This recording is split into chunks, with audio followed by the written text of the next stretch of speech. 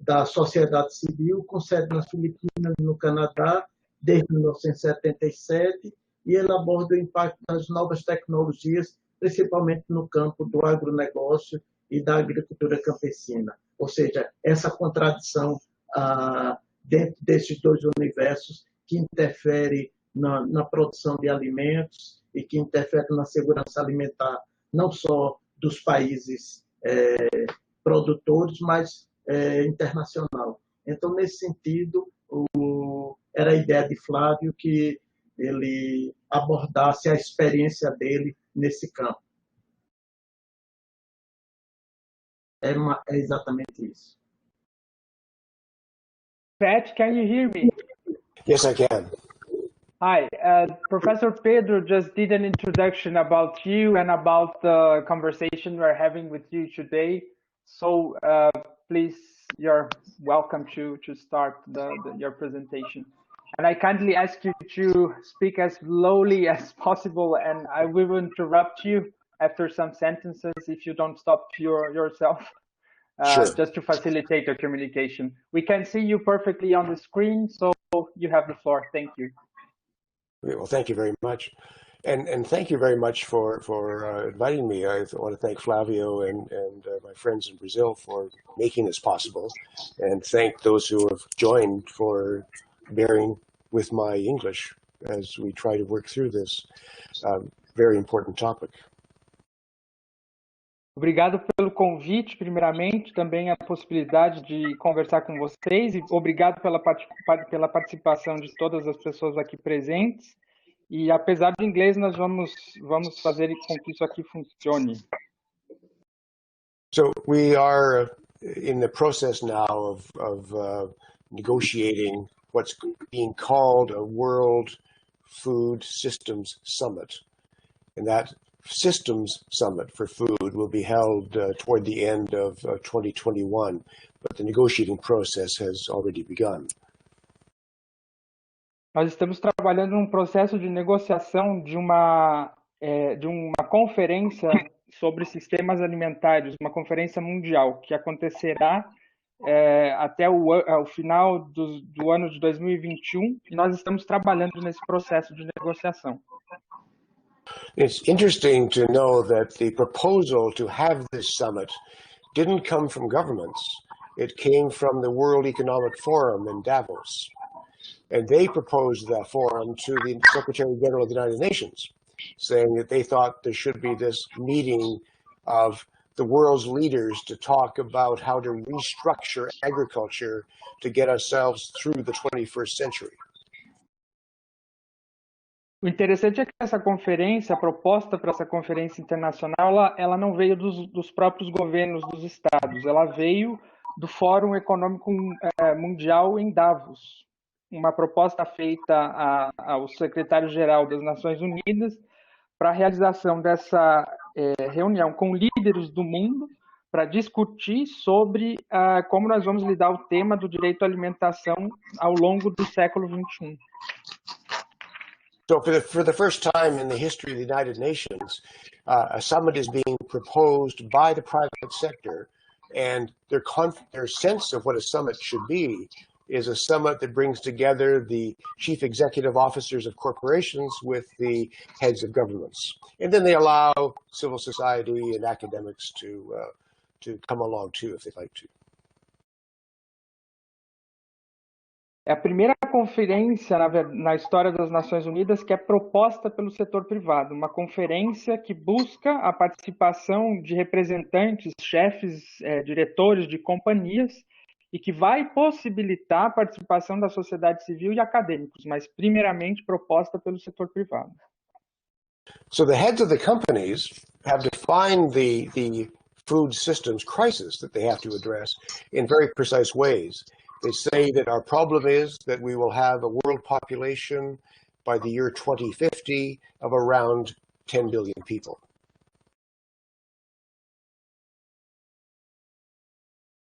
E os cabeças das companhias, eles vão tratar da questão das crises alimentares, e esse nosso problema, como esse sendo o nosso problema, justamente porque avalia-se que no ano de 2050 a população mundial será de cerca de 10 bilhões de pessoas. And these people will demand more meat and dairy products in their diet, much more than in the past, and that will require an increase in food production by 2050 of around 60% or perhaps even 70% above production levels of 2020. E essas pessoas, esses chefes, né, os diretores de companhias, o principal problema que eles têm apontado é a questão da produção da comida, que deverá ser aumentada, essa produção industrial de alimentos, de 60% a 70% em relação ao que nós produzimos no ano de 2020.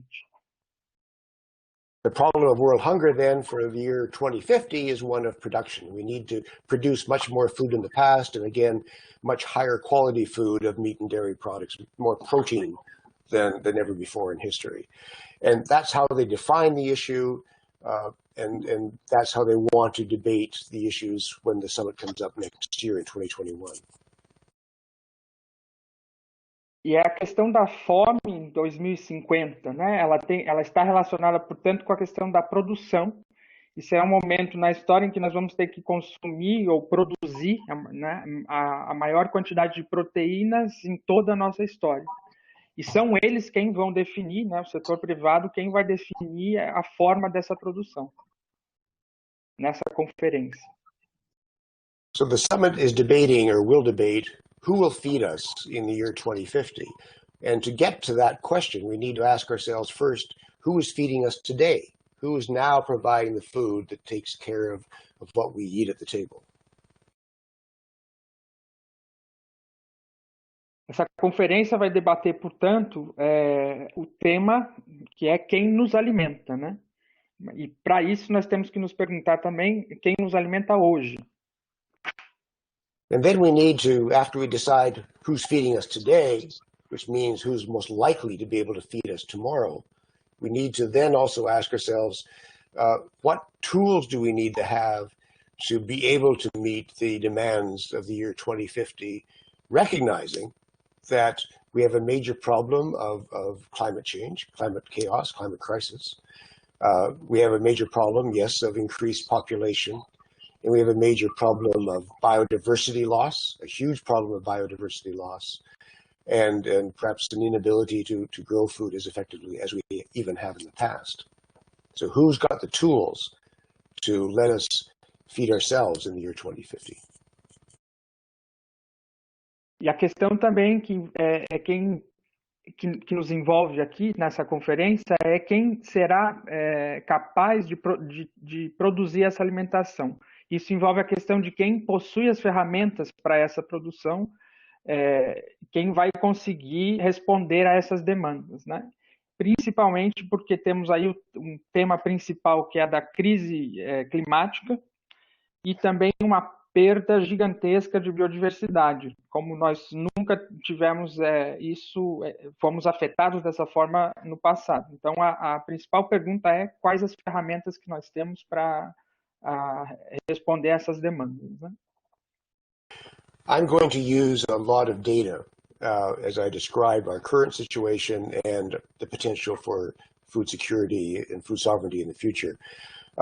When I use this data, I'll speak in general terms. I'll round off the figures.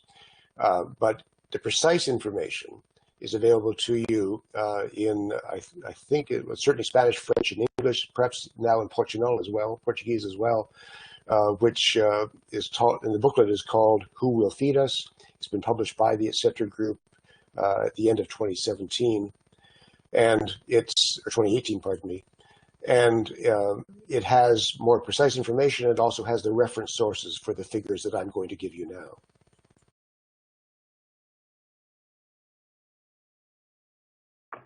Eu vou agora utilizar vários dados para falar sobre a questão da soberania e da segurança alimentar. Eu vou arredondar um pouco esses dados, mas vocês podem encontrar essa informação mais precisa, e eu acho que está publicado em inglês, francês e espanhol, uma publicação do ETC Group que se chama Quem Vai Nos Alimentar, publicada no final de 2017, e lá vocês podem encontrar esses dados mais precisos e também as fontes desses dados que eu vou citar para vocês. The booklet and the infographics or the video are all available on the internet for free, of course, so you can download them from ETC Group. Let me then go into the figures about who is feeding us today, because that's an area of massive misunderstanding and misrepresentation by agribusiness. Esse livreto e as informações que eu vou retratar agora, elas estão disponíveis na internet de graça, né? no site do ETC Group. E eu vou, então, apresentar esses dados de quem nos alimenta, porque isso muitas vezes não está representado nessa os dados da agroindústria. Né? The figures about the cost and the production in food today are not precise, so don't expect precision. The World Bank has one estimate, the UN Food and Agriculture Organization has another estimate, the World Economic Forum has yet a third estimate. There are several figures that people use. But in general, in broad strokes, there's an agreement that the cost of the industrial food chain, the cost of industrial food production every year, is around $8 trillion. Não se espantem que não existe um dado preciso sobre os custos da produção da alimentação. Existem dados do Banco Mundial, existem dados da FAO, existem dados do Fórum Econômico Mundial. Há uma diferença nesses dados. Mas existe um certo acordo, né, em relação a esses custos da produção, de que nós necessitaríamos ou que nós gastamos 8 trilhões de dólares americanos, estadunidenses, nessa produção de alimentos. That $8 trillion is what the consumer pays for access to the food. So it's the final price of consumers. And so then the cost for the production, for the peasants growing the food, the big industrial farms and so on is built into that figure. The costs of food processing, transportation, the retail costs and so on are all built into that $8 trillion figure. Esses 8 trilhões, esse é o valor pago pelos consumidores, né, nessa cadeia da produção. Desde a produção do alimento, envolvendo os produtores agrícolas, os grandes produtores, o processamento, o transporte, e nisso tudo estaria envolvido. Né? Retrataria esse valor de 8 trilhões de dólares. And the figure breaks into two roughly equal parts. One is the actual costs of producing the food that you eat, getting to the consumer, and the other cost of an equal amount, around $4 trillion each, is the cost to the environment, to the cost of the greenhouse gas emissions, the energy costs, the damage to the planet, to the land costs, and so on as well. So both costs are there, the production costs and the damages to the environment. Esse valor ele se divide mais ou menos de forma igualitária entre dois valores, ou seja, 4 trilhões cada um que seria 4 trilhões para os consumidores, os custos envolvidos aí, e 4 trilhões de custos ambientais, que envolve a emissão de gás carbônico, os custos da terra, todos os danos ambientais que estariam envolvidos nessa produção. And there is rough agreement again, whether you're talking to the World Bank or FAO or the World Economic Forum, there's rough agreement that there's this balance of about $4 trillion of production cost to getting the food to your table and the $4 trillion of the environmental impacts of the food system. There's an essential acceptance of that. There's another figure, though, another roughly $4 trillion that isn't normally taken into account. It's now being acknowledged, but only in literally the last couple of years. And that is the damages brought about with the food production in terms of the waste the losses in production and the waste in consumption. And those figures, again, count to another $4 trillion of cost. E para além desses dois dados, né, dos 4 trilhões para a produção e 4 trilhões para dos danos ambientais, dos custos ambientais, que estão baseados nesse acordo mais ou menos entre o Banco Mundial, a FAO e o Fórum Econômico Mundial, mais recentemente também há um certo entendimento de que existe, e pela primeira vez que tem sido analisado isso, que seriam também cerca de outros 4 trilhões de dólares envolvidos nessa cadeia de produção, mas que seriam esse custo envolvido nos danos do que se chama as perdas e o gasto no consumo dos alimentos. But there are two kinds of food waste. There's the waste that comes because the food that is in the retail store isn't eaten, or the food that gets to the home is not consumed. And so that's an enormous waste of energy and greenhouse gas emissions and everything else. But then there's also the waste that comes, the other kind of waste, which is the waste around your stomach, when the food is overconsumed. And you put those figures together, we find that well over 40%, some would say even 50%, of all of the food that is being produced in the industrial food chain is wasted, overconsumed, or no one eats it at all. And of course, overconsumption represents an economic damage. It means it's a waste in the environment and it's a waste of money. E nesse desperdício do alimento existem também outras duas divisões, digamos. Uma seria dos alimentos que não são consumidos, né, que são jogados fora, e isso também envolve um gasto de energia, um gasto ambiental, né, ligado às emissões, etc. E também ao superconsumo, que estaria ligado também, isso também representaria gastos econômicos, danos ambientais envolvidos nesse superconsumo, e estima-se que cerca de 40% a 50%, né, esses dados variam um pouco, de toda a produção dos alimentos, de 40% a 50% deles são desperdiçados, né, seja com o não consumo, né, não chega a ser consumido, ou com o superconsumo. So civil society organizations and social movements have been saying that the real costs of the industrial food system globally are around $12 trillion. $4 trillion of food that we need and we eat, $4 trillion in environmental damages of different kinds, water pollution, everything else, soil degradation and so on, and $4 trillion in terms of health damages and waste in the system attached to that. So it's an enormously expensive industrial food system.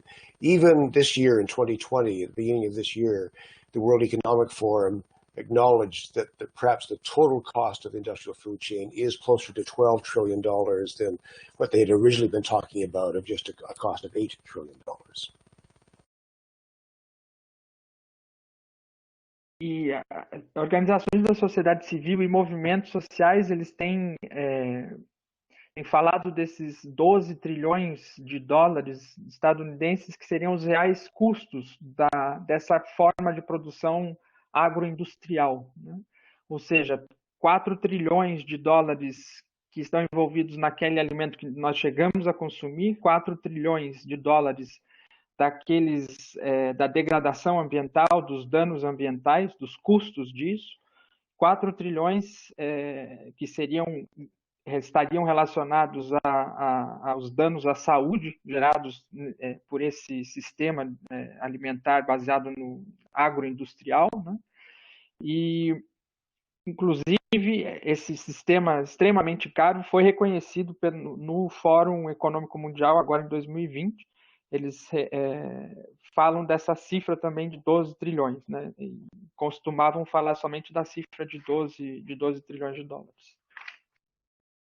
Even the corporations who dominate the World Economic Forum then are actually saying to the world, as they plan for this summit, are saying to the world that they recognize that for every dollar that consumers spend for the food that they need and actually eat, there's another $2 being spent that are of waste, that are in damages to the environment and damages to society.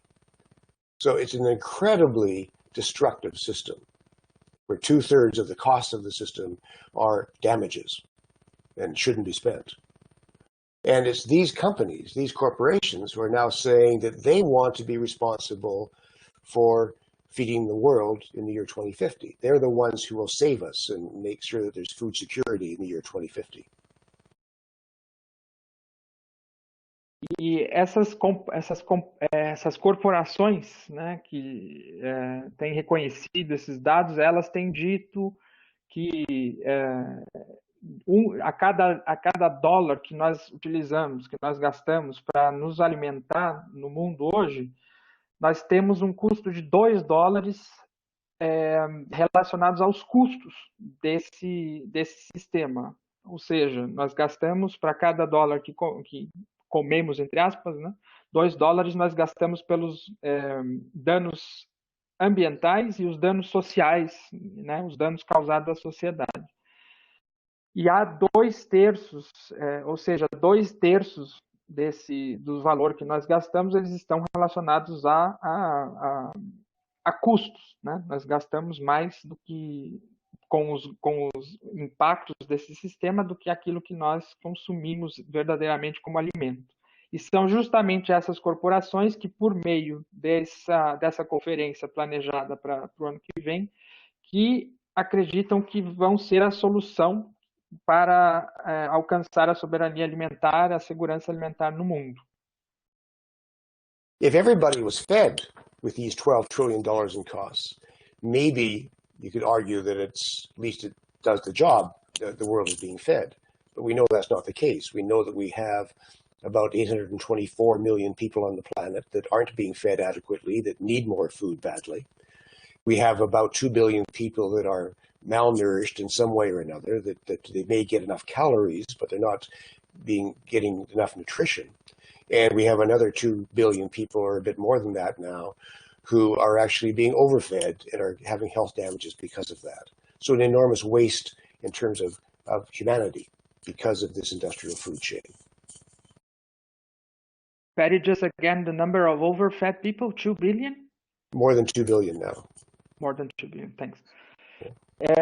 Se todo mundo fosse alimentado nesse sistema que está custando 12 trilhões de dólares, pelo menos se as pessoas estivessem sendo alimentadas de maneira apropriada, pelo menos esse sistema estaria, né, digamos, entre aspas, funcionando. Mas esse não é nem esse o cenário que nós temos hoje. Porque nós sabemos que há mais de 800 milhões de pessoas no mundo hoje vivendo em uma situação de insegurança alimentar, né, de fome, mais de 2 bilhões de pessoas que vivem uma situação de má nutrição, ou seja, elas têm acesso à alimentação, mas a qualidade dessa alimentação não é nutritiva, e cerca de 2 bilhões também nessa nossa população, elas estão sobrealimentadas. Então, esse é um sistema que, na verdade, nos causa muitos danos. But if those figures seem shocking, the most shocking figure, honestly, is that in the end, this industrial food chain is really only feeding about 30% of the world's population, at the very most, about 30% of the world's people. And to feed 30% of the world's people, they're using close to 75% of the resources in agriculture, the land, of course, the fertilizers and pesticides, which we can debate, the fuel costs and everything else. The big costs in the system are again, 75% almost going to the industrial food chain that really just feeds, again, less than 1/3 of the world's people.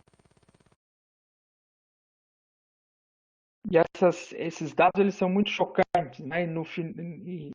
Ao final, o que nós percebemos é que esse sistema agroindustrial, baseado nesse sistema agroindustrial, ele tem alimentado somente 30% da população mundial.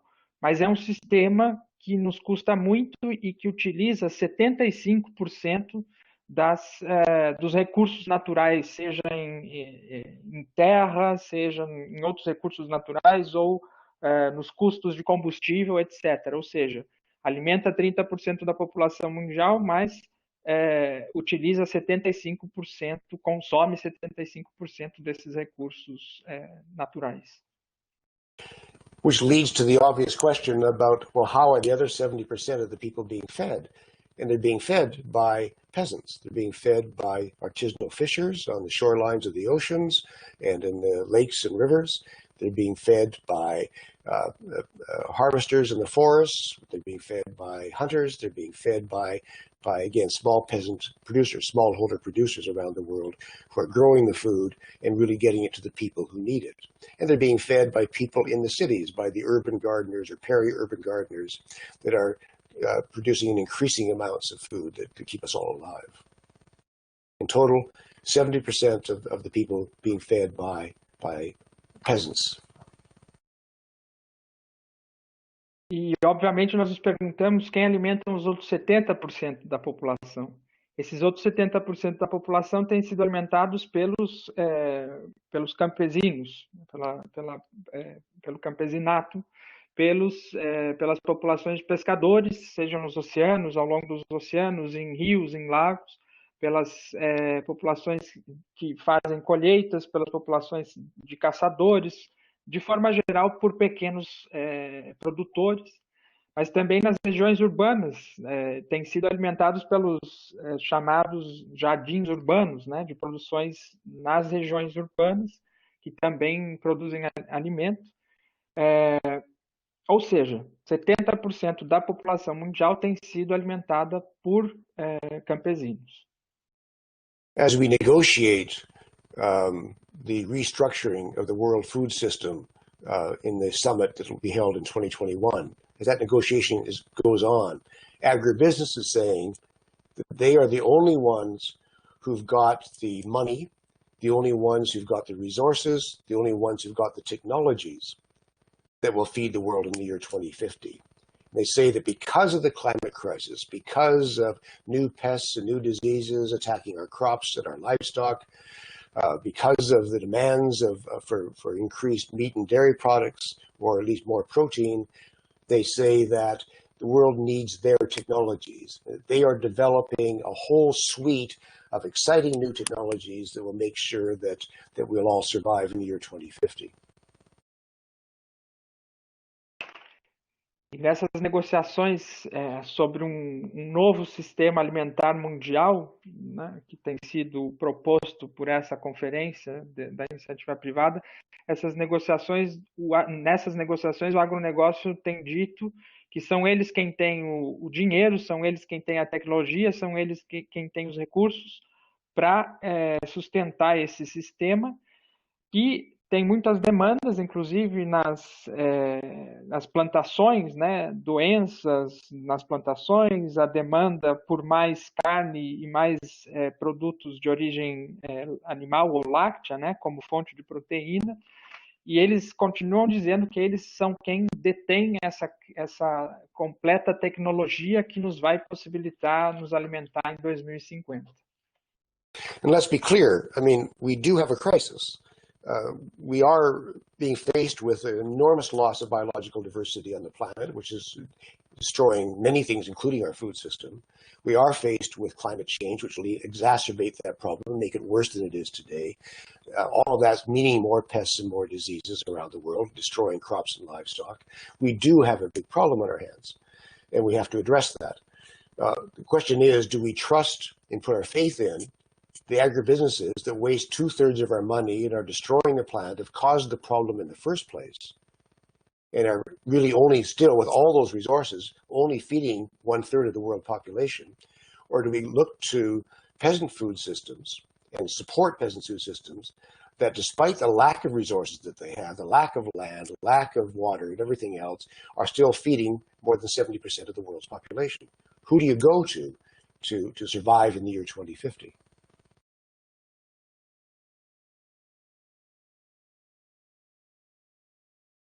nós temos a claridade de que há a clareza de que de que existem essas crises. Nós não estamos negando isso, que há uma imensa perda de biodiversidade, a questão da crise da mudança climática, também aumento de doenças nas plantações, e são temas que nós temos que resolvê-los, né? Nós temos que chegar a alguma solução.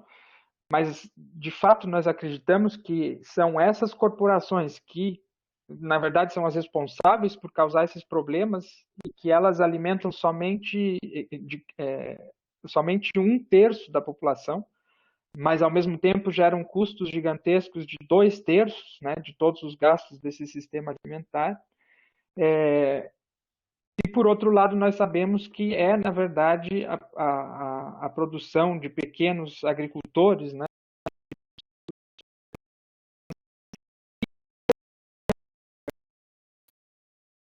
terra, falta de acesso a recursos naturais, que mesmo assim alimenta 70% da população mundial. Então, aí a questão é justamente essa, né? Esse é o sistema que, na verdade, alimenta a população. Albert Einstein once said that we shouldn't look to the people who caused the problem to solve the problem. I think God could say that as well. I mean, who couldn't? I mean, that's ridiculous. We should not be going to the agribusinesses that made the mess to now feed us in the future.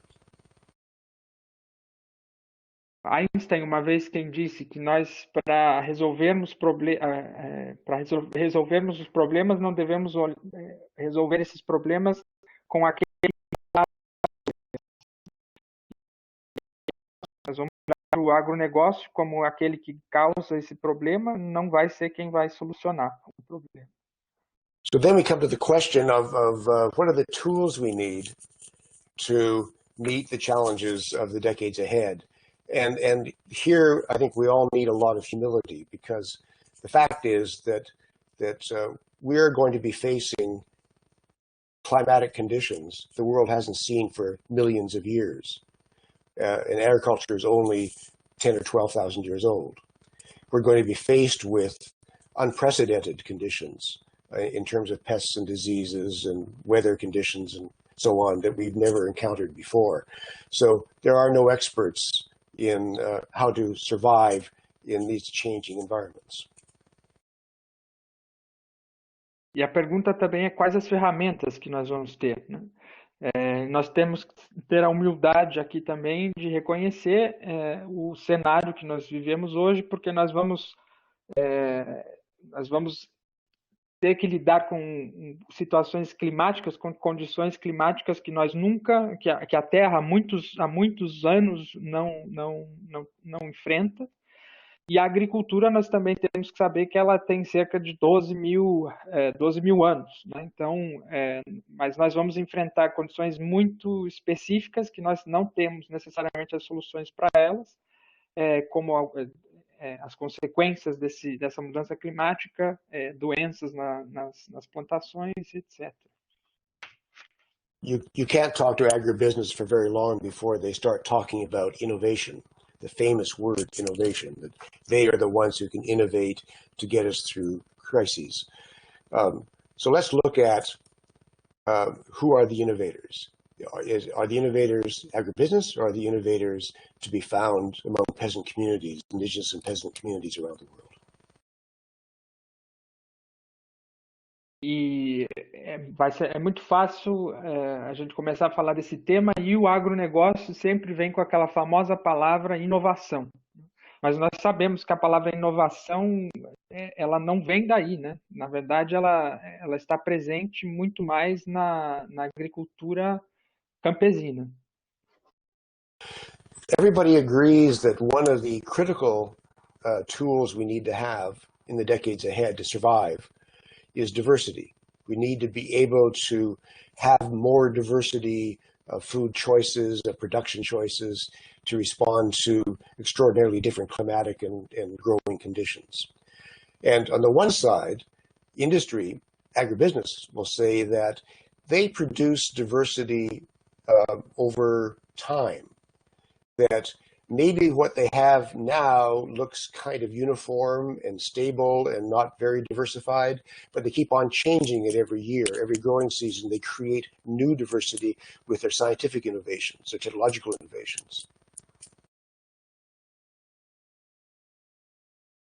Nós concordamos também que nós precisamos de uma ferramenta crítica, né? E essa ferramenta crítica para lidar com esse problema é a questão da diversidade, tanto a diversidade de alimentos, a diversidade na produção, justamente para se adaptar às questões, os desafios climáticos, a questão do crescimento, né?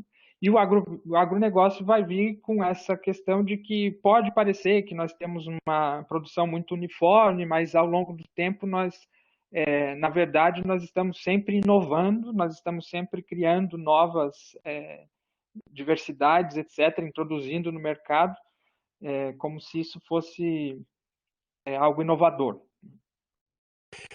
Peasant systems usually work with diversity in space, in the sense of here and now, in this field, in this place, we need to have diversity to respond to changing conditions. So agribusiness says we want diversity through time. We'll keep on bringing new things every year, every growing season. And peasant production say we need to have diversity now that allows us to adjust to change as things happen to us now. It's a very different kind of approach.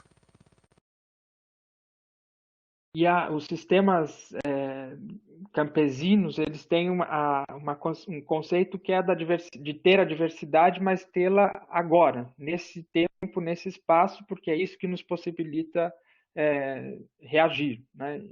Ter essa resposta, né? E enquanto o agronegócio diz que eles estão sempre introduzindo novas coisas ou novos produtos ao longo do tempo, né? Então há essa grande diferença. São duas grandes formas diferentes de se aproximar desse tema. So let's look at the kind of innovation and diversity that the agribusiness is proposing and is working with today. Today, in terms of crops in the world, agribusiness is focusing on really about 9, at the most, a dozen different crops. That they focus all of their attention is on developing those crops: the wheat, the maize, the soybeans, the rice, the sorghum, the groundnuts, the potatoes, the sweet potatoes. These are the crops they focus on. Nós observamos a questão da inovação, né, do agronegócio, da diversidade que eles têm, na verdade, de 9 a 12 tipos de plantações. Por exemplo, arroz, a soja, a batata, isso é o que eles teriam como inovador e diverso nesse momento. In total, agribusiness really looks at about 128 crops. But of those 128 crops, more than 60% of them are, in fact, ornamentals. So they're flowers. So unless you want to eat flowers in the year 2050, they haven't got very much to offer you. They focus again down on between 8 and a dozen crops.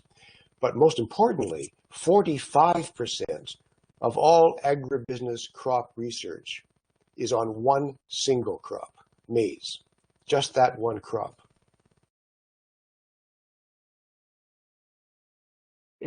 O agronegócio ele tem um total, na verdade, hoje, né, de 128 espécies, né, para as plantações. Mas dessas 128, 60% são flores. Então, a não ser que nós queiramos comer flores em 2050, mas é importante outro dado também, que 45% das pesquisas feitas pelo agronegócio nessas diferentes espécies para plantações, 45% se concentram só em uma delas, que é a do milho. So when agribusiness says they're going to innovate through time, give us diversity through time, they're going to give us diversity in maize. That's about it. Now let's compare that to the peasant system. Peasants are working with 7,000 different domesticated crop species. 7,000, not 128, not a dozen, 7,000 different ones. o agronegócio ele tem essa proposta da inovação no tempo, mas pelo que a gente percebe, seria só uma inovação e uma diversidade na colheita do milho. Nós olhamos, por outro lado, na questão da produção dos campesinos, do campesinato, existem cerca de 7.000 tipos de plantações domesticadas. Não são nem 120, não são nem 12, são 7.000 espécies. Since the 1960s, agribusiness has bred and patented, taken out patents on, something over 100,000 different plant varieties. 100,000 different plant varieties, and they say that's the proof of their creativity and innovation, that 100,000 plant varieties. Peasants, during the same time period, have bred and have donated, not patented, but donated, 2.1 million different plant varieties.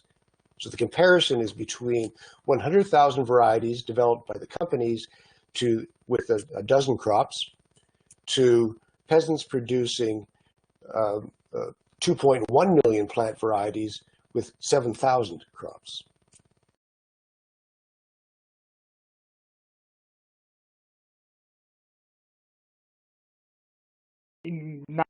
Desde a década dos anos 60, 1960, o agronegócio tem patenteado cerca de 100.000 espécies, né, nesses tipos de plantação. Enquanto, por outro lado, a produção dos campesinos, ela doou cerca de mais de 2 milhões de variedades de plantas. Ou seja, há uma imensa diferença entre esses 100.000 tipos patenteados e mais de 2 milhões de variedades que são utilizadas em 7.000 formas de plantação, né, da variedade de plantações da produção dos pequenos agricultores. Let's consider livestock. The companies are working with 5 different livestock species, just 5. And that's the cows, the bovine industry, the chickens, the sheep, the goats. That's basically it. Pigs, hogs. And with those 5 different species, which they commercialize, they actually work worldwide with barely 100 different breeds of those 5 species. So it's a very narrow genetic range of livestock. Because of that, we have problems like now African swine fever, which has come from that narrowness of the genetic base of the hog species. And we find the same thing with chickens and the same thing with beef cattle and dairy cattle.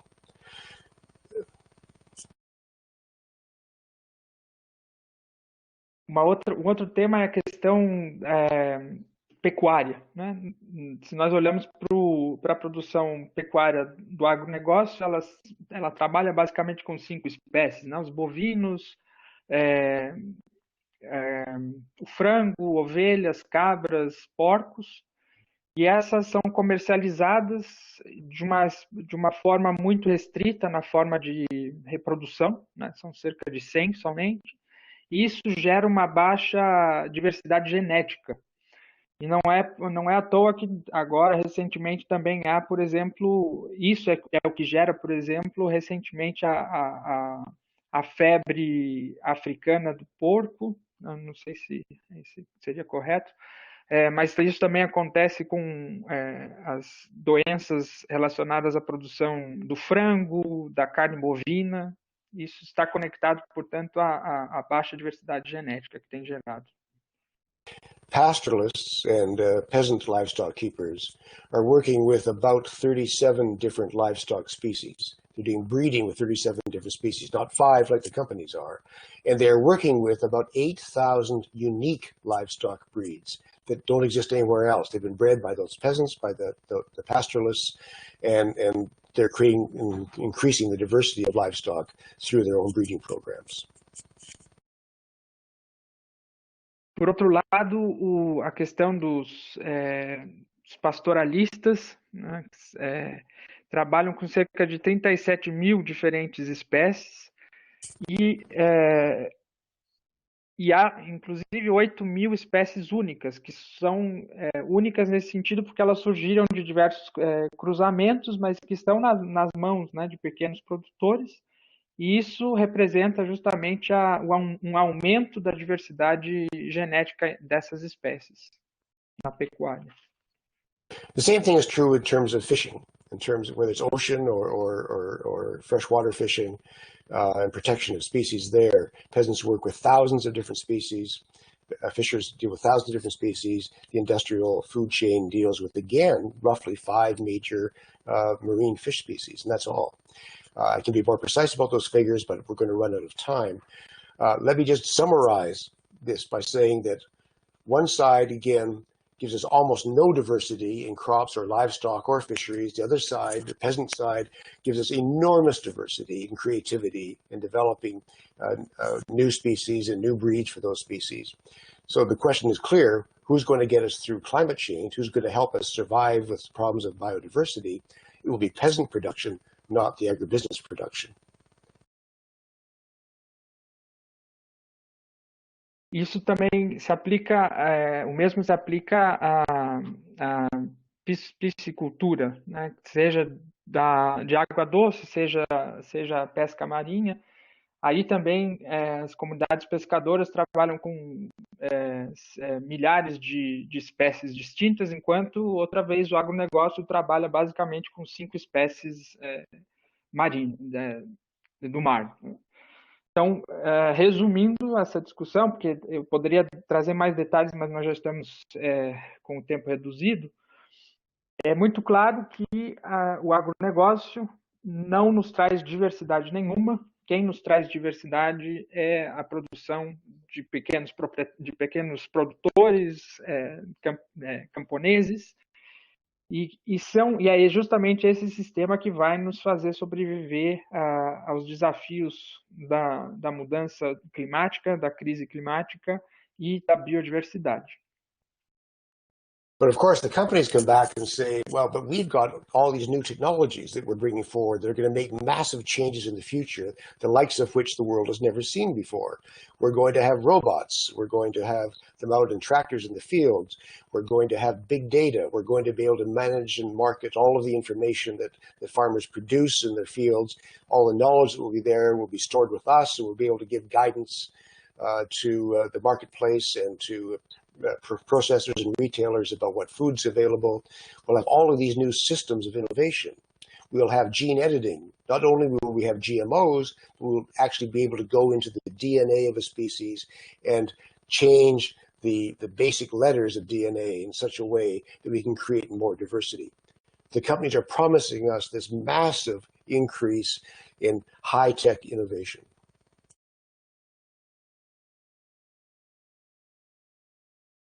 E, claro, existe também o tema dessas novas tecnologias que vão aparecer no futuro, ou já estão, né?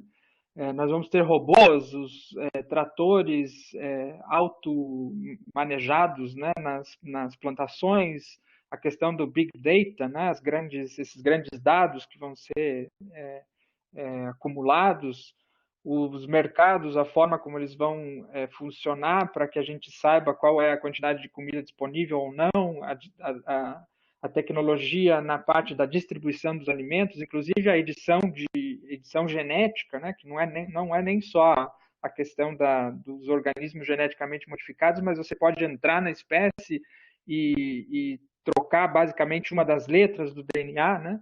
Isso é o que as companhias têm nos prometido, né? Essa alta tecnologia. Peasants, on the other hand, are saying that, well, we also have innovation. We have agroecology. We have a whole creative new systems of production of food that are even better than they have been in the past, which are much more natural for the environment and much better for people. So we have that. Peasants are saying that we have our own data management systems. We exchange with each other. We have peasant organizations around the world. We have La Via Campesina, all the other partner organizations that can work together to exchange information about climate change and the risks and the opportunities that are ahead of us. They've got that creative capacity as well. And their system, they can argue easily, peasants can argue, actually has worked in the past and is working now. And if they could get rid of the problems of agribusiness, then the peasant systems would work much better than they have in the past. So they're saying, peasants are saying, the corporations have high-tech, top-down technologies. Peasants have wide-tech, broad sort of ecosystem technologies, which are much more sensitive to the environment and better for people.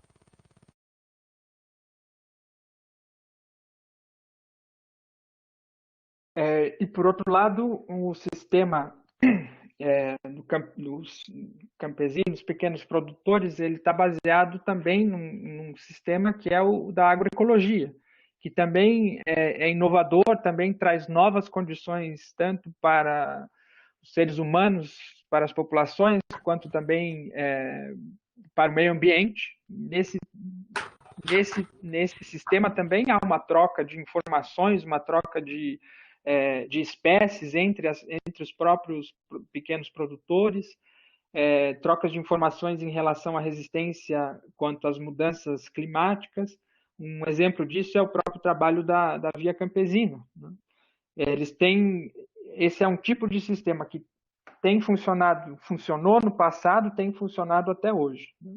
E ele funcionaria ainda melhor se o agronegócio não estivesse presente, né? Que ele causa também muitos problemas porque ele tem um modelo tecnológico que ele funciona de cima para baixo, enquanto que o sistema proposto pelo modelo dos pequenos produtores, do campesinato, ele é amplo, né? Ele digamos, ele se espalha e ele funciona muito melhor no modelo de um ecossistema. Philip, I know we started a bit late, but we're technically, I think, past the time that you had allotted originally, so I don't want to abuse the audience more. But maybe you can tell me how it's best to handle the time now. There's more I'd like to say, but also I'd be very happy to answer questions, or if we're out of time, I'll be happy to shut up. Eu sei que nós começamos um pouquinho atrasados no tempo, eu já me extrapolei um pouco do tempo, mas eu tampouco quero abusar da audiência. Vocês me digam então como seguir. Eu também gostaria muito de responder as questões de vocês. So whatever your advice is. Eu espero a orientação de vocês, então.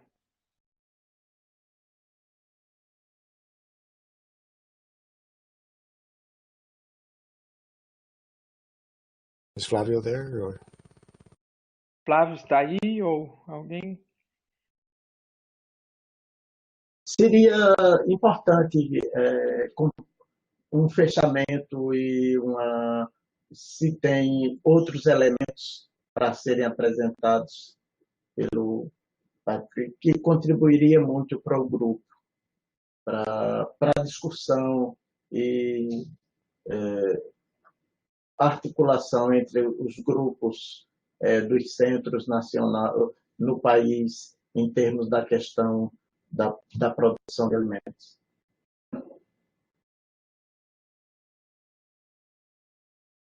If you have some closing remarks, it will be also relevant for us to hear, also to support the discussion, especially for those here present from the national centers on food production.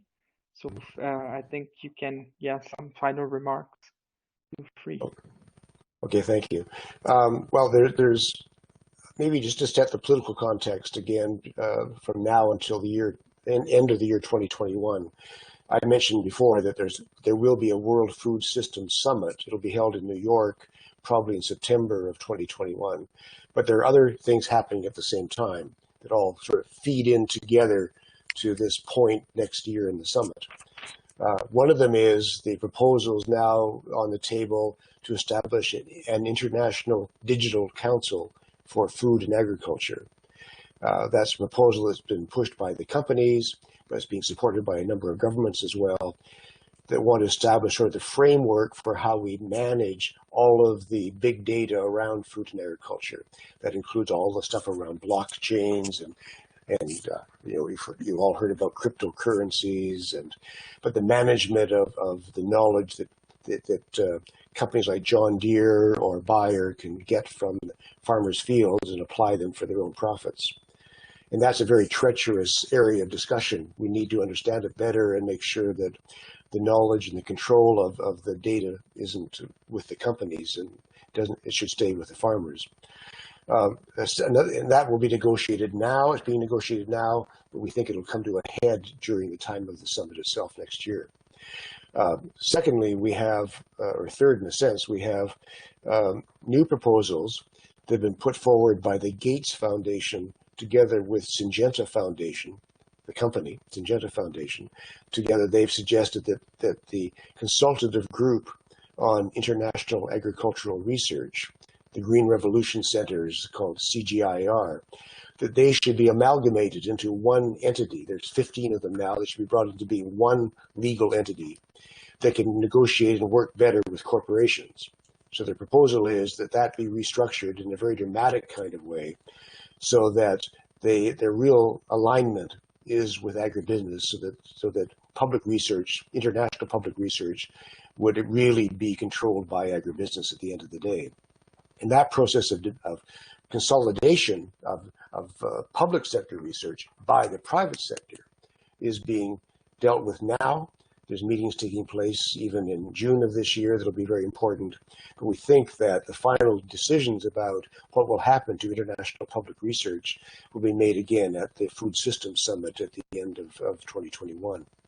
So as you think of and worry about what kind of food system you want to have down the road to survive climate change and biodiversity loss and so on, think about these structural proposals that are being made by the World Economic Forum and its agribusinesses and by Gates and Syngenta to take control of really multilateral food systems. So let me leave you with that kind of context. And with the optimism, I think, that to recognize that the peasants and the people who are now growing food for 70% of the world's people and have been doing so successfully and are continuing to be innovative and creative and using more diversity, are continuing that way and are the ones that can feed us in the year 2050. It's not an impossible task. It's an entirely doable goal for us, but not if we try to bet on and gamble on agribusiness, saying that they've got these sort of fairy tale technologies that may someday be useful and will not just benefit them, that will take care of us. If we trust ourselves, we trust the people, we can get through all of the problems that face us. And thank you for your time very much. I appreciate the opportunity.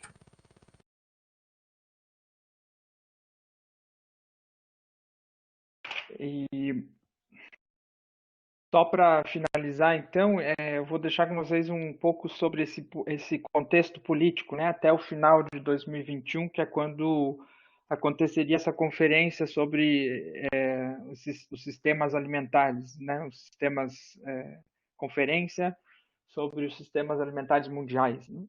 Essa conferência que vai provavelmente ter lugar em Nova York em setembro de 2021, né? Essa é a primeira ideia aqui desse contexto político, da qual nós já falamos. A segunda também há uma proposta de criação de um conselho internacional digital para discutir a questão da produção de alimentos. Essa proposta é feita por corporações, né? E ela tem um objetivo de principalmente discutir como manejar, como administrar todas essas informações digitais, né, ligadas a blockchain, a essas moedas virtuais, né, essas cryptocurrency. Também isso tem um grande interesse por trás de companhias como a John Deere, a Bayer, que elas estão presentes no campo, né, com essa digitalização da agricultura, e elas são detentoras, no fim das contas, de toda essa informação digital das plantações, da terra, etc. Né?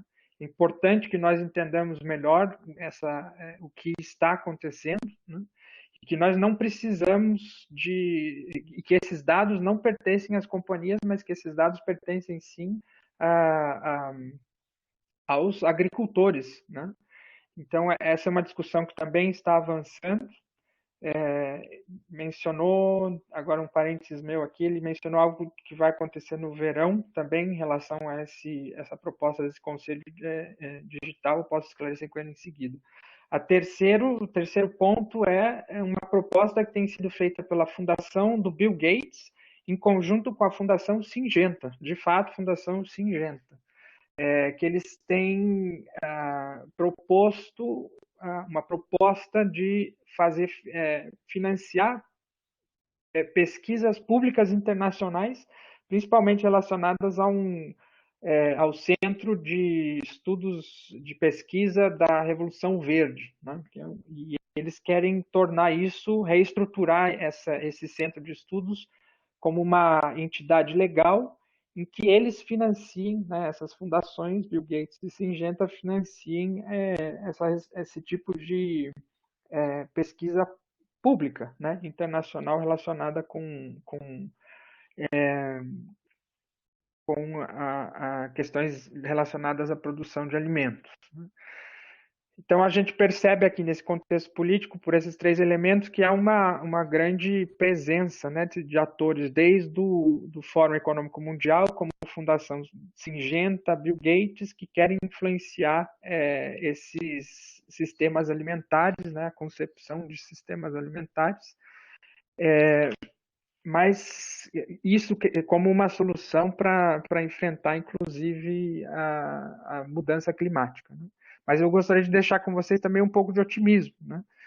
Se nós vemos que o modelo de produção dos pequenos agricultores, né, das populações camponesas, ela alimenta 70% da população e ela tem a sua forma inovadora e criativa de fazê-lo. Isso é a prova de que esse é o sistema que pode nos alimentar e que nos vai alimentar em 2050, né, hoje e também no futuro. E não é com essas propostas do agronegócio que nós vamos avançar com esse conto de fadas da tecnologia, né? Nós temos que acreditar acreditar no povo, né? nessas iniciativas. E eu gostaria de agradecer vocês também pelo tempo.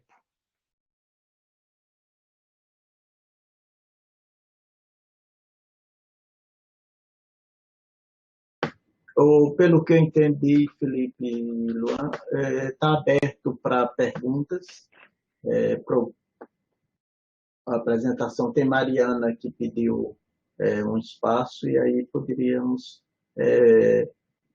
proceder com algumas perguntas ou comentários.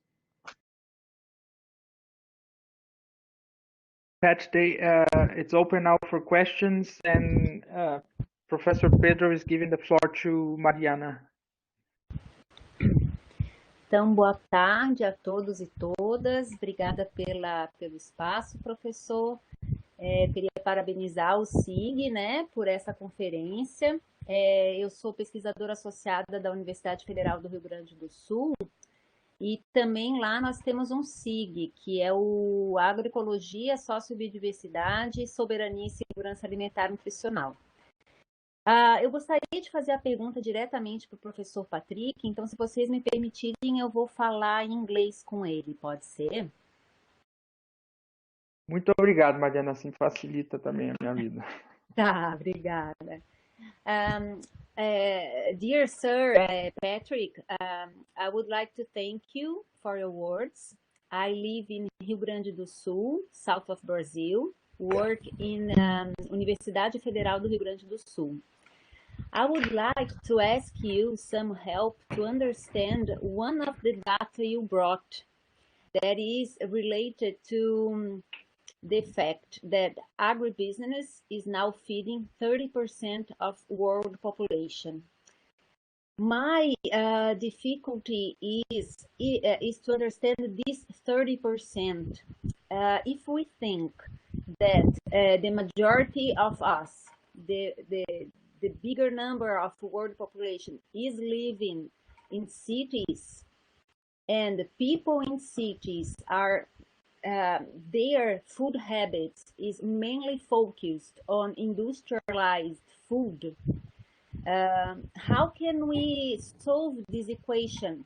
This data for me is a little bit difficult to understand, because in the production side, we know that peasants have and still grow a huge diversity and consume this diversity. Although lots of peasants also have changed their food habits. But in cities, food diversity is not very consumed. And this is another point we have to discuss about food systems. How can we change food consumption? How can we increase the consumption of the diversity peasant systems can create? So I didn't understand that data, Professor. If you could talk a little bit more about that. 30% of population being fed by organizations, by corporations, and 70% being fed by peasants. Sure. The majority of us are in the city. Okay, thank you. Sure. You're right, of course, that now it's something over probably close to 55% of the world population is in urban areas. But urban areas doesn't exclude peri-urban production or even urban production. So still about 45% of the world population is in villages or in farms. Of those who are in urban areas, we still see that particularly in Africa and in Asia, but also many parts I've been in, at least in Latin America, you also have a great deal of and increasing amounts of urban production. So that even in highly urbanized cities like Singapore in Asia, you have them producing the large share of their poultry, their chicken production, their eggs, large quantities of vegetables, even a lot of milk products are being produced in a city like Singapore. The estimates that have been produced by UN studies suggest that figure can be as high as 25% of the food eaten in a city is actually provided by people who live in the city. We see that trend now even developing in China, which has been highly urbanized in the last few decades, as they face the problems they have at the moment, especially with swine fever, African swine fever. And now the pressures with the flu, the virus, they have to look more and more to local production. And that production is there. It's not measured very well, but it's still there. But we are losing ground. You're right that in the bigger urban centers, there's more of the pressure to consume from the big chains, from the supermarkets. And they are winning, and that's probably true more in Central and South America than it is in Africa or in many parts of Asia. We've gone back and forth over the balance of resources and land and so on being used by the industrial sector and the peasant sector, and we still get to the same rough figure that the industrial food chain produces food for 30% of the people when we take into account the overproduction and the wastage of the food in terms of food that shouldn't have been eaten in the first place and the food that never gets to the table. There's a huge amount of waste there.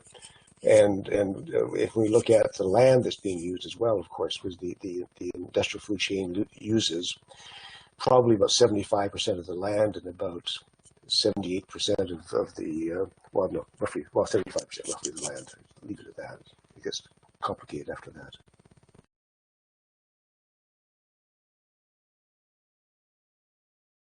Sorry, I was giving a very long English answer to that. Thank you very much, Professor. I didn't know there was such a big amount of food being produced in urban areas, but we have to know more about that. Felipe, I don't know. Felipe, I don't know if you want me to translate my question and you can translate Patrick's answer. Eu posso fazer um breve resuminho só, que a sua pergunta estava relacionada à produção nas cidades, né? Você estava questionando um pouco sobre a questão dos dados, né? De se 30% da população é alimentada pelas corporações mas se a maioria da população mundial vive em regiões urbanas, né? Isso, mas isso também Tá. conectado à questão da diversidade, porque a maioria de nós come poucos alimentos. Então, na prática, essa diversidade que o sistema camponês é capaz de produzir, na população urbana ainda não tem muita entrada.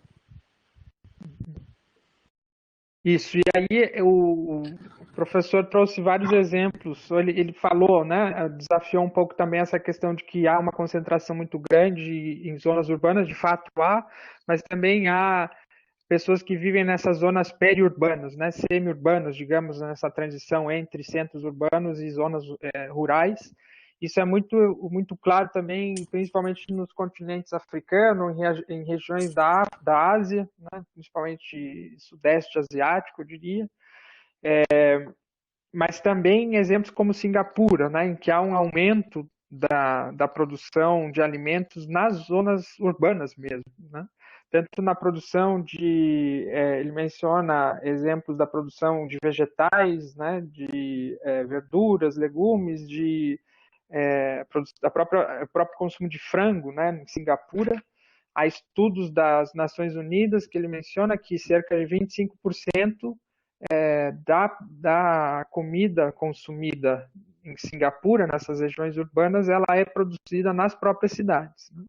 A China, outro exemplo também, eles têm enfrentado alguns desafios, como a questão da febre do porco, febre africana do porco, não sei qual seria o nome correto, mas também os próprios desafios agora com o vírus, né, corona na China, isso tem mostrado como as produções locais, elas são quem tem alimentado as populações nessas situações de emergência.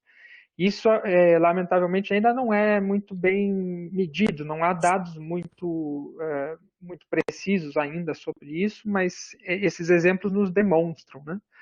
De fato, talvez questão da América Central e América do Sul, a pressão das companhias seja mais forte do que nessas regiões que ele mencionou, né?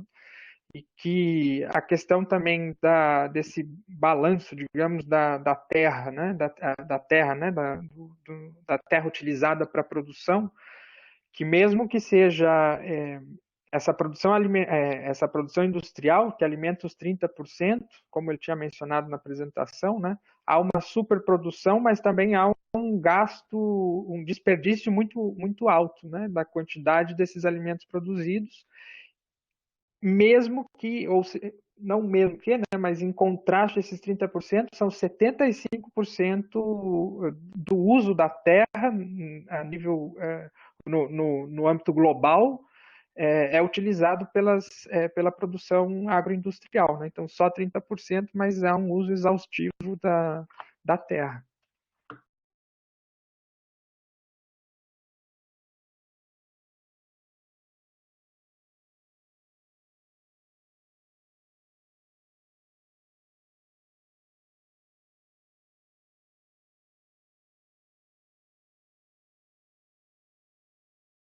Maybe I could just add that we've had a lot of discussions with many of the companies, Bayer and Syngenta among them, but also with Nestle's and others in Cargill at that end of the food chain. And we've asked them to sort of prove our figures to be wrong, and they haven't been able to. They finally say, well, it's hard to know. But they can see that if you take into account how much they waste and so on, which they admit to, then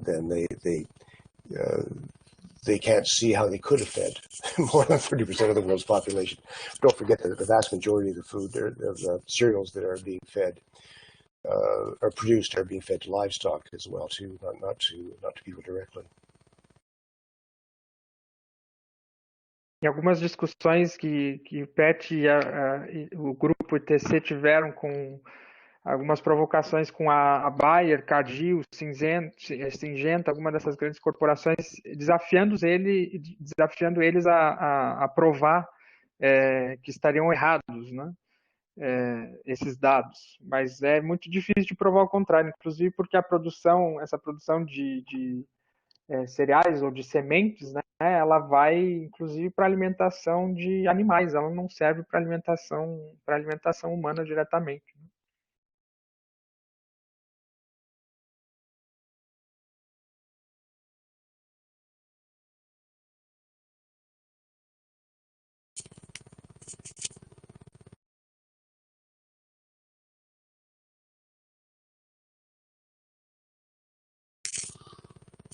Alguma pergunta a mais? Felipe, alguém digitou, eu não sei se você está tendo acesso às mensagens digitadas pelos participantes. Eu agora que abri.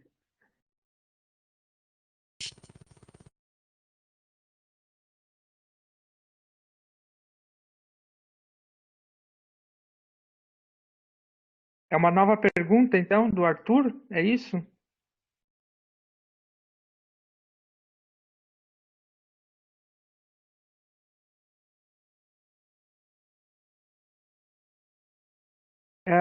Okay, so I'm just going to read it out loud. Patty, it's Professor, could you tell us about some successful experiences in educating consumers about the importance of agrobiodiversity and eating food produced by local farmers?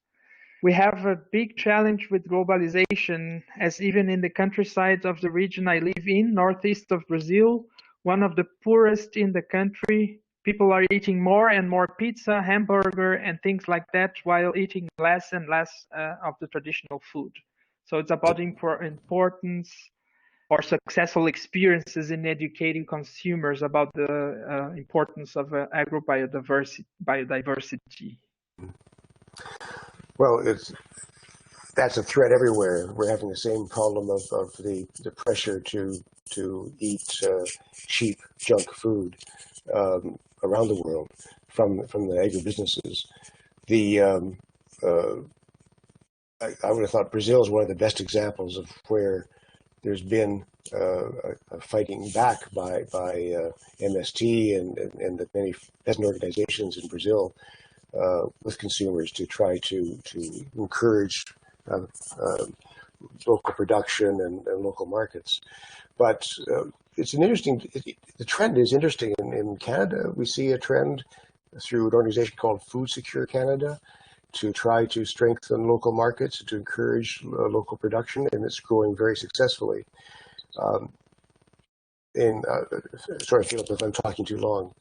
But give an additional example of China again. Even before the current crisis in China, we have had a trend away from hog production toward diversification of meat products from hogs, and also towards a renewed approach to vegetarianism in China. As urban consumers are unhappy with the food they're getting and distrust the safety of the food that they're receiving, and want to have more local production, local markets, and again, a more vegetarian diet. So the two trends can take place at the same time, almost. You see parts of the population being pushed toward pizzas and hamburgers, and another part of the population moving away from pizzas and hamburgers. Europe is the same with that. We see in countries like Sweden and Austria, where roughly 20% of the population now claim to be vegetarian, or at least flexitarian, and perhaps even higher figures than just 20% these last couple of years. There's no greater, faster growing part of the population in Europe and North America than the population that says that they are vegetarian. So there's a trend line in the other direction.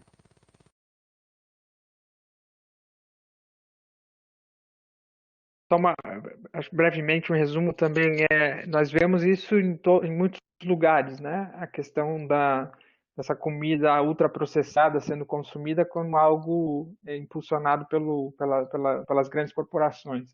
Mas um dos melhores exemplos, eu diria um dos melhores exemplos seria o Brasil, a própria experiência do MST, né? Como reagir a esse sistema e encorajar as pessoas a consumirem a produção de alimentos local, né?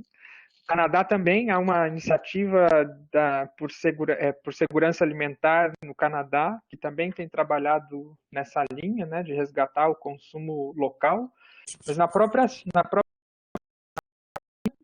mesmo antes da crise atual que eles têm enfrentado, já existia uma mobilização para incentivar as pessoas a um tipo de alimentação mais diversa e que, inclusive, incentivava o vegetarianismo. Então, há algumas experiências na China nisso. Então, se por um lado a gente vê muitas pessoas sendo empurradas para comer pizza e hambúrguer, também tem muitas iniciativas no sentido contrário. A própria Suécia, na Suíça, há dados que revelam que a população, já cerca de 20% da população tem se identificado como vegetariana ou que se chama de flexi-vegetariano, né, com uma certa flexibilidade no consumo de carne.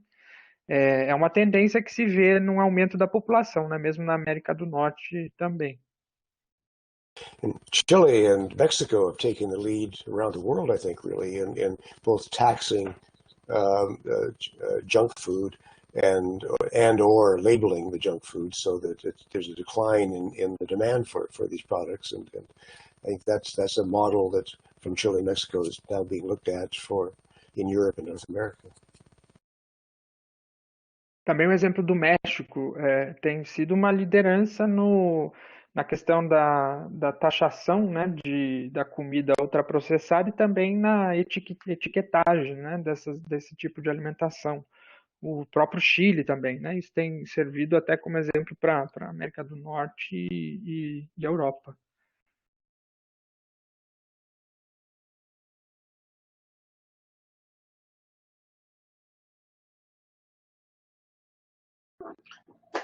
O Felipe tem outra questão aí de uma das pessoas que estão participando, mas eu gostaria de colocar uma questão na frente à problemática da produção de alimentos, dentro desse contexto, a questão da consciência política e na escolha das representações da gestão em todos os planos, do municipal ao federal, ou seja, em todos os estágios, no sentido de como a gente fortalecer o pequeno produtor. Por exemplo, recentemente tem um programa chamado Bolsa Família no Brasil, que é para apoiar famílias em segurança alimentar, famílias de baixa renda e que estão em vulnerabilidade. E saiu agora, foi recentemente, vão suspender esse apoio financeiro do Bolsa Família às famílias da agricultura familiar.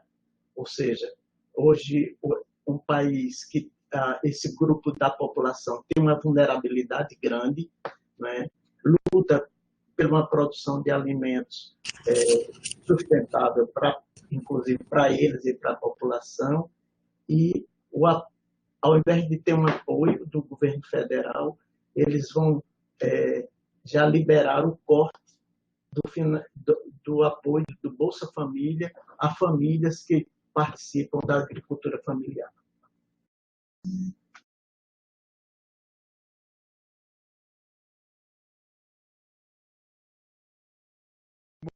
Eu faço a pergunta então do Mason. Não sei como nós vamos de tempo, eu não sei quem está controlando, quem está moderando, professor Pedro? Não, mas você faz nos dois formatos. Pode fazer primeiro a primeira do Mason que chegou e depois faz o meu comentário. Patty, just one question still from a student. He says, good afternoon. I'm a graduate student in the nutrition at the Federal University of Pernambuco and would like to know if at the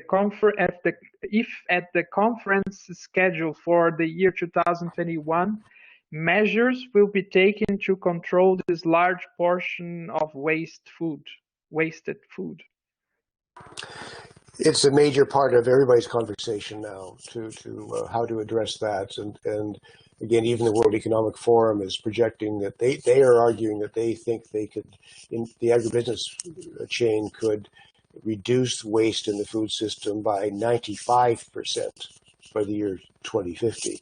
They don't explain how they would do that, but they do project that they could reduce waste by 95%. Which you kind of wonder then why it is they haven't done so already, given that they caused the wastage in the first place. But it's a major topic for sure, and I personally don't trust agribusiness to do the job properly.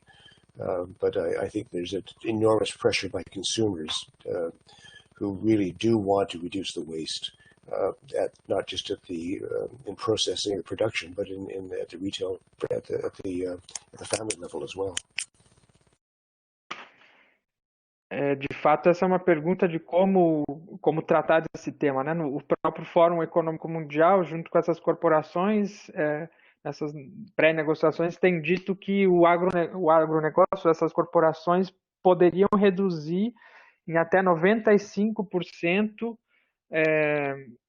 esse desperdício até 2050. Eles teriam, essa seria a projeção deles. Mas a pergunta que fica é, então, por que não fizeram isso ainda? Né? Se é tão possível, por que não fizeram isso ainda? Mas isso, de fato, é um grande tema. Eu não tenho confiança que as empresas, que as corporações sejam aqueles atores que devam fazer isso, né? Mas é um tema também para os consumidores, no consumo do alimento e não somente durante o processo de produção, né, dos alimentos. And Patty, just one comment from Professor Pedro. He was mentioning that the production of food, it also involves a lot of political conscience in the political process. For instance, in the representation in all levels, of all political levels. And the issue here is how to strengthen the political making process on how to have more political conscience on the right to food or related issues. He's also mentioning the example of Bolsa Familia that you maybe know. This is a cash transfer program from the government. And he's mentioning that the government now is even saying they're going to suspend the cash transfer to many peasants' families. And this is a bias movement from the government, because these are the movement or the families, the communities that are struggling for a sustainable food production system.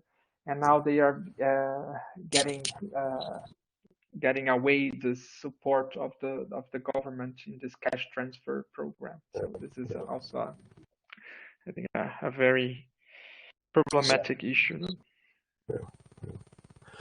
Yeah, and we see, there's other governments I have to say that Brazil is almost winning the race for terrifying governments these days, but there are some competitors out there, unfortunately, including Russia and Turkey and the Philippines and the United States, of course, maybe the UK as well. De fato, o Brasil está nessa corrida por uma competição de governos horríveis, né? E tá na ponta, né? Mas também temos aí exemplos na Rússia, Turquia, Estados Unidos, obviamente, também Reino Unido, né? Essas políticas vão nessa linha também. Okay. There's always more than one trend at a time, and what you always have to look for are the tipping points where attitudes change all of a sudden and people realize that more has to be done. In some ways, I think that the coronavirus now, the pandemic that we now are experiencing, together with the recognition of climate changes, the climate crisis, may be one of those moments when we realize that we need more decentralized systems of food production and consumption, and much better attention being paid to our environment around us. this may be a tipping point that helps us in the end.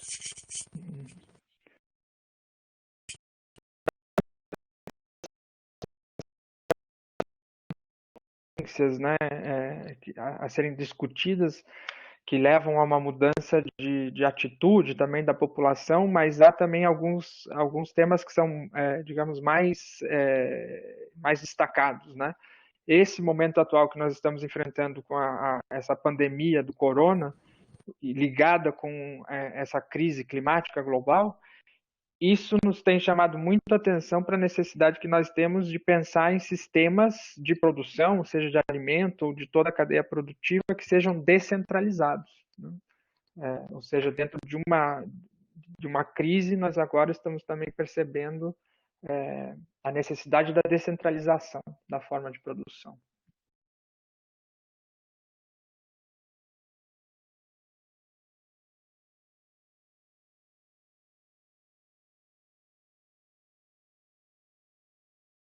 Felipe, tem uma questão de Eduardo, questão de grandes empresas também se apropriando do debate sobre comidas locais, tomando o protagonismo dos povos do campo e da floresta. E se poderia ter algum comentário sobre essa questão, ou seja, do empoderamento do agronegócio na questão mais das comidas tradicionais, dos alimentos, frutas e tudo mais. Patty, I think just one last question from Eduardo. He's asking about the role of the big corporations that are appropriating the debate on local food, and they are taking kind of a protagonism over the peasants, communities, and also people living in the forest, not the forest peoples. Could you share some comments about it? Yeah, I mean, these are alarming times because of that. Who are the corporations in charge of the food system? That's changing as we talk, literally. You know that back in 2016, 2017, 2018, we were fighting the mergers of the biggest seed and pesticide companies. And I remember the debate initially was that we'd been saying for years that there were 6 companies that dominated global sales of seeds and pesticides. And if it came down to being just 3 or 4 companies, what difference did it make? Down from 6 to 3 or 4 was not a big deal. And that was wrong. It was completely wrong. It was a big deal. It made a very big difference to the marketplace and who's going to be in charge in the future.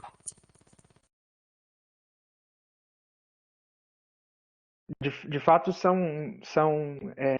temas muito alarmantes, né? Tendências também muito alarmantes dessas corporações, né? O que a gente via, por exemplo, em 2015, em 2016, era uma grande discussão ao redor das grandes corporações produtoras, né, digamos, de sementes e agrotóxicos, né? Eram 6 grandes companhias que se reduziram a 4 companhias, né, naquelas fusões que elas realizaram, né? E muita gente disse isso não é um grande problema, mas de fato sim é um grande problema, porque você reduziu ainda mais e a grande questão que fica é quem são essas corporações responsáveis por toda essa produção. You see, corporations learned from the mergers that just happened that almost any scale of merger is possible, and that governments will surrender their sovereignty, literally, and their food security to those companies. So the issue is not that we went from Syngenta and Monsanto and Dow and DuPont and Bayer and BASF down to basically just Bayer and Sinochem and Kevita Agrisciences, 3 now, with a bit of BASF, or is it going to be a whole different set of companies? And I would argue that there's 2 different sets of companies that may now appear that will finally control the food chain. And we can't be sure who's really going to dominate exactly. But because of big data, we are seeing parts of the food chain entirely disappear. They no longer exist. So that a company like John Deere, as the world's largest farm machinery company, it controls all of the data really related to food production. Its machines have the sensors and the satellites and the drones that see everything that's going into the field at planting time. They provide the seeds and the pesticides and the irrigation. And at harvest time, John Deere's equipment is back in the field harvesting the crop. And so again, they know all of the production coming out of the field. So they control the data of the farm production, just John Deere and really there's three major companies with it. So that's one worry about who's controlling the information. On the other side, we're seeing companies like BlackRock and two others, venture capital, not venture capital companies, but investment companies, State Street and Vanguard. BlackRock, State Street, and Vanguard, those three companies, have about 1/3 of the stock of all the major agribusinesses, just those three companies. So they know what all of the companies are doing in all of the food sectors. And that gives them enormous control over the future of the food system.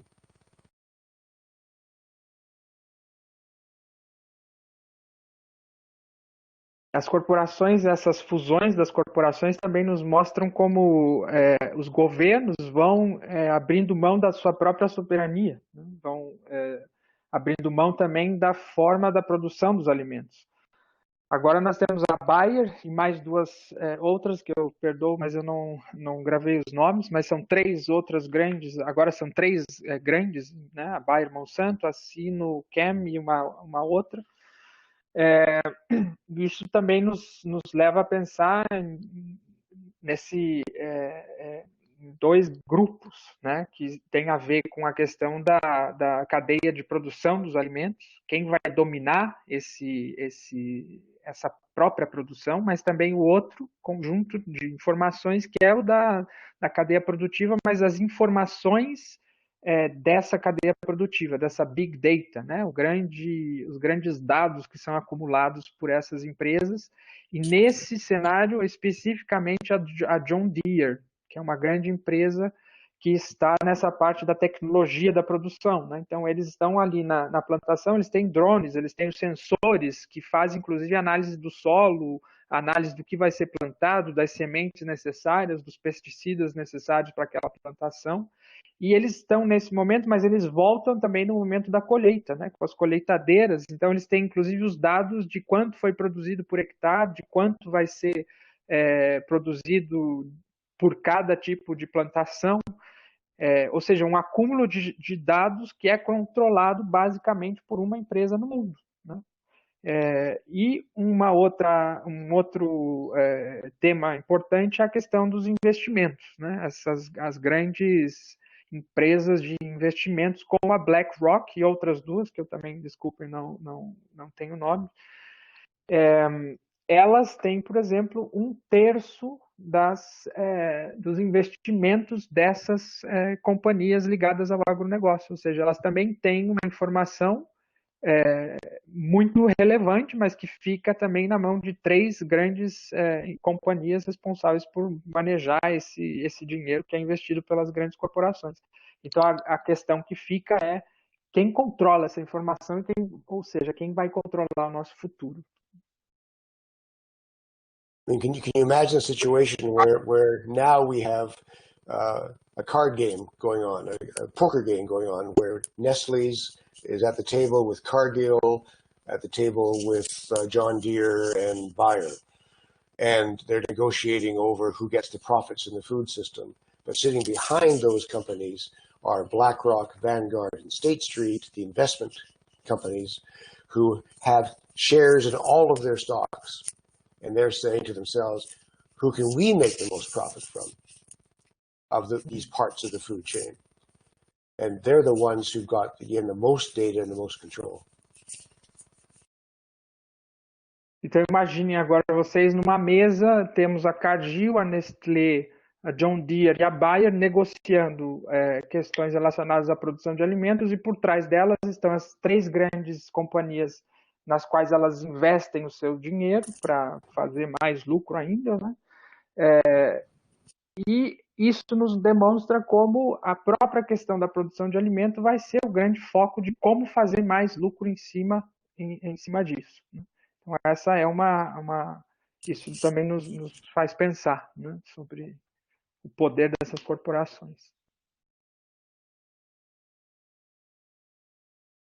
Felipe, bom, nesse sentido, acho que saber do palestrante se ele tem mais algumas questões, mas já em princípio, assim, pelo avançar da hora, nós temos um agradecimento em nome do centro, do professor Flávio, tanto ao palestrante como a você, ao Patrick, e a sua colaboração para a efetivação dessa webconferência.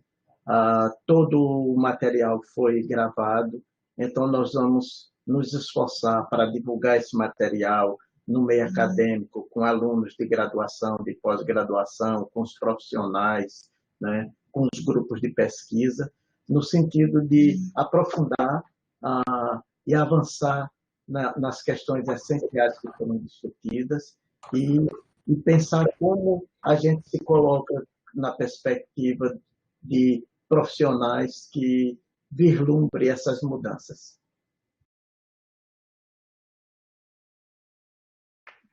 Patty, we're just, I think, running out of time, but Yeah. I just wanted to ask you, this is Professor Pedro comments, if you have any other issue, but I would already like to thank you in name of Professor Flavio, in the name of our Graduate Center of Research here. And we are going to disseminate this material. It was recorded, and we're going to disseminate this among our students, the research groups, and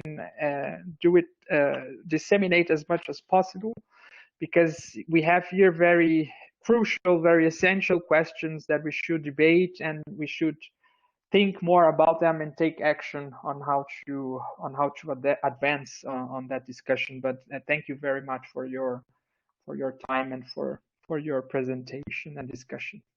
No, thank you very much for your interest. I very much appreciate it, and good luck with your research. And thank you, Philip, very much for your interpretation. I was making it hard for you, I think, at times, and I much appreciate you. You seem to have done a really good job.